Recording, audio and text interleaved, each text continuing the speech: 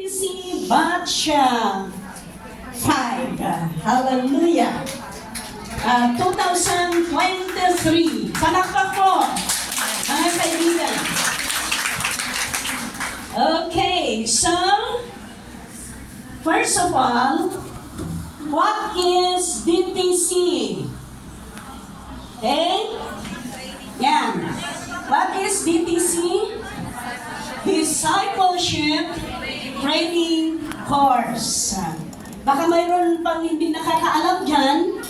Baka mag-quiz kayo. Baka akala ninyo, anong meaning ng DTC? Dahito ni Tita Kuni. Baka ko na yan. Okay, so that is DTC, Discipleship Training Course. Next.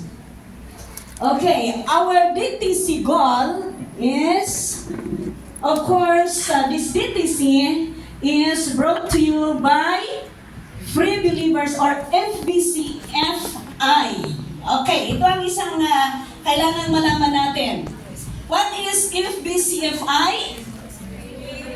Free Believers in Christ Fellowship, kung sa Pilipinas, Incorporated. No? Kung dito sa abroad, of course, international. Yan po ang meaning ng Free Believers. Baka sabihin niyo, bakit mayroong incorporated? Yan. Active note kayo ag-quiz tayo dapat. Amo nyo. Kailangan alam ninyo. Next, please. Okay, about FBCFI or about Free Believers, our church is a full gospel, meaning from cover to cover. Wala yung hindi natin tinuturo. Alam niyo ang iba, for example,